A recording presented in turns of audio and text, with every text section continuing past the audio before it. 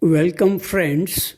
This is Harshad inviting you to listen to some of my short writings on philosophy, religion, psychology, spirituality, education, Krishnamurti, and nature. I hope you have a good listening. This is audio tape number 102, article number 685. It is about the world of dreams.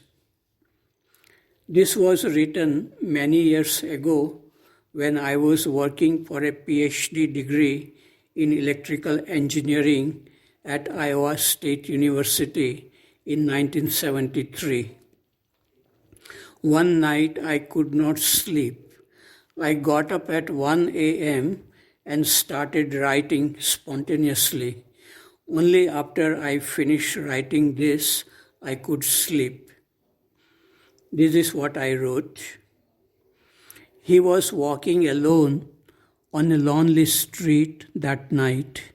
He looked at the magnificent light coming from behind the trees, and he was very much delighted. Suddenly, a voice came from his own mind. Concentrating on the beauty of this universe, don't mesmerize yourself. This world of dreams is beautiful and innocent, but this is the unreal world. The real world is the brutal world where poor and innocent people are being killed in the name of freedom, political ideology, and religion. In this real world, principles, theories, and ideologies are more important than human beings. Here, human beings are compelled to accept social pattern which is based on greed, competition, violence, and respectability. In the richest and most educated country, social injustice, poverty, and crime exist, and the talk is about those underdeveloped countries where people remain hungry for food and sleep on streets. Now he was getting more and more excited, and so many thoughts were attacking his restless mind. Another voice was telling him, "You stupid, don't worry about the way things happen in the real world. The world will go on like this forever, and nothing anyone can do to make the world a better place to live for everybody." Buddha, Christ, Gandhi, and many others tried, but they failed.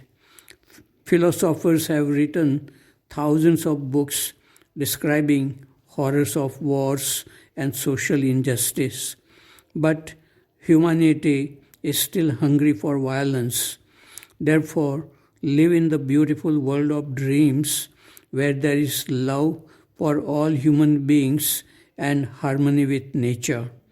This seems selfish, but that is the only thing you can do. And he remembered what Anne Frank, a 13-year-old Jewish girl who died in one of the worst German concentration camps during the Second World War, once wrote in her diary.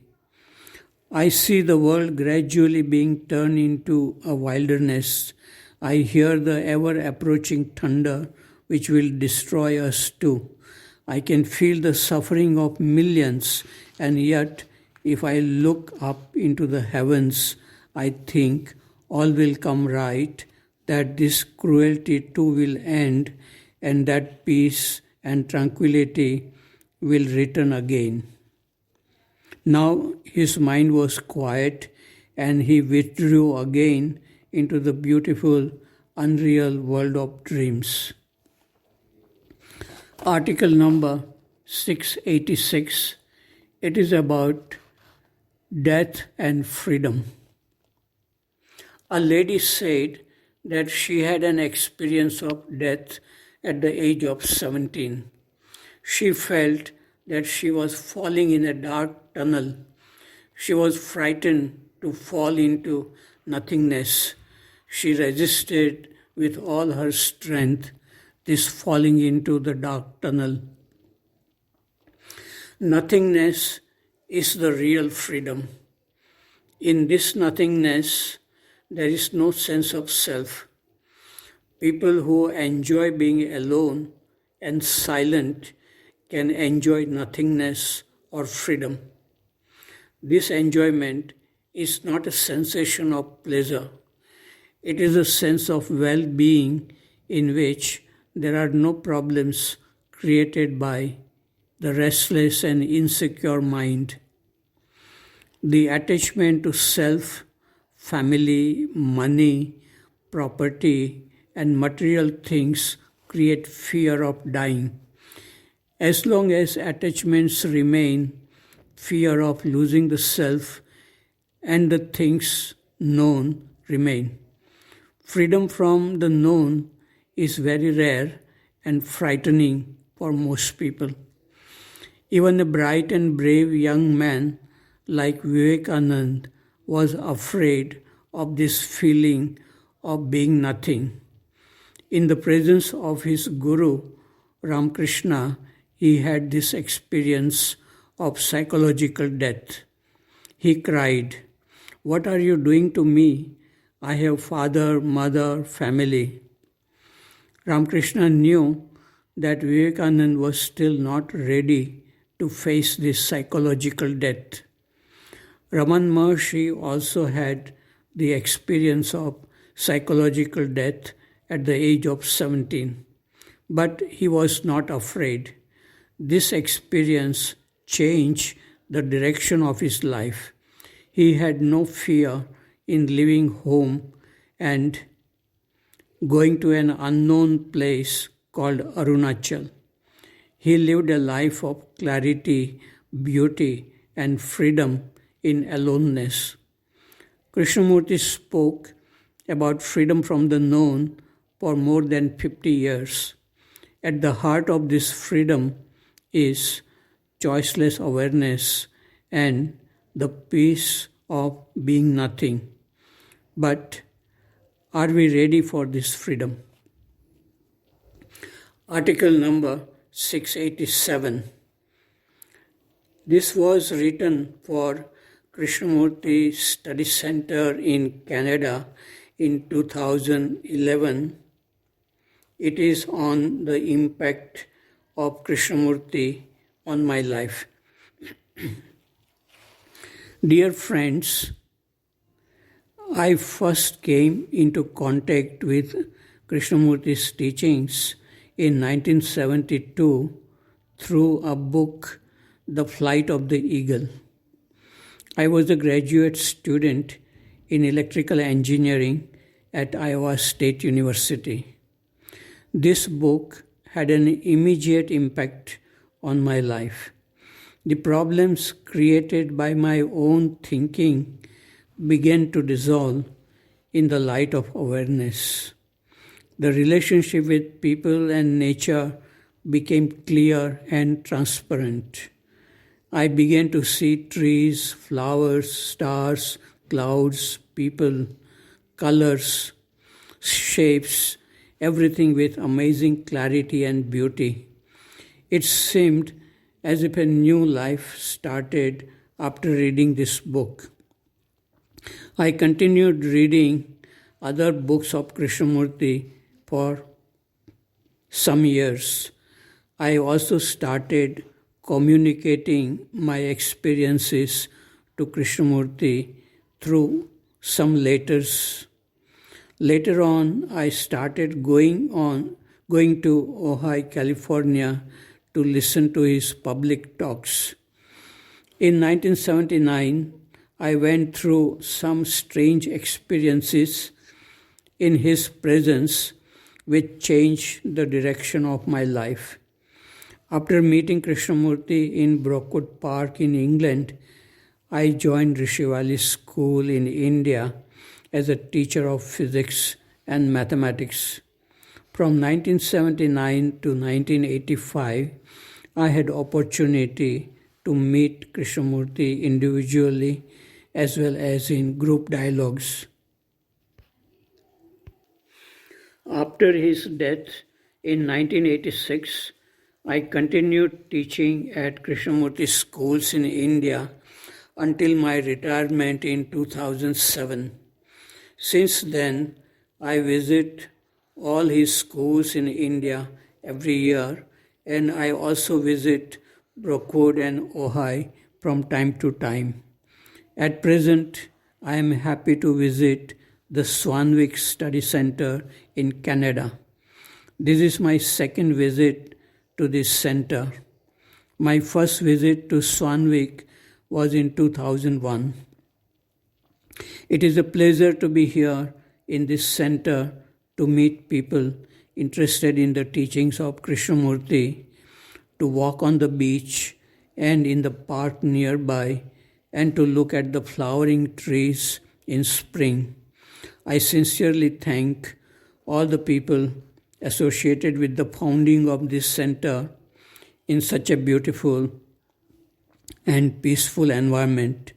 I hope many people from all over the world will visit this place and use the excellent facilities available here.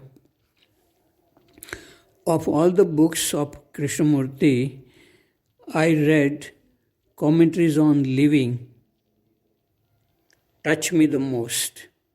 These books are written with extraordinary clarity, spontaneity, and depth of feelings. K at his best, philosophically and poetically. His descriptions of nature are amazingly beautiful.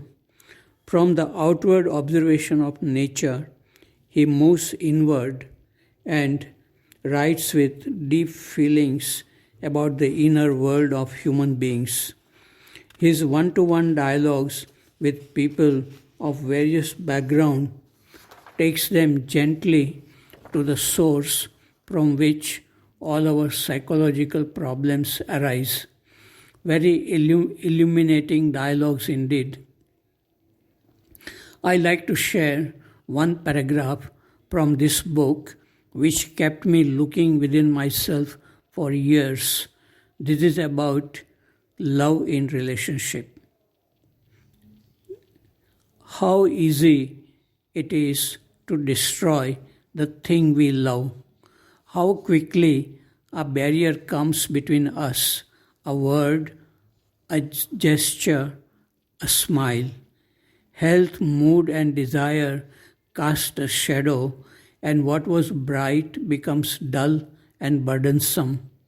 Through usage, we wear ourselves out, and that which was sharp and clear becomes wearisome and confused. Through constant friction, hope, and frustration, that which was beautiful and simple becomes fearful and expectant. Relationship is complex and difficult, and few can come out of it unscathed. Though we would like it to be static, enduring, continuous, relationship is a movement, a process which must be deeply and fully understood and not made to conform to an inner or outer pattern. Conformity, which is the social structure, loses its weight and authority only when there is love. Love in relationship is a purifying process as it reveals the ways of the self. Without this revelation, relationship has little significance.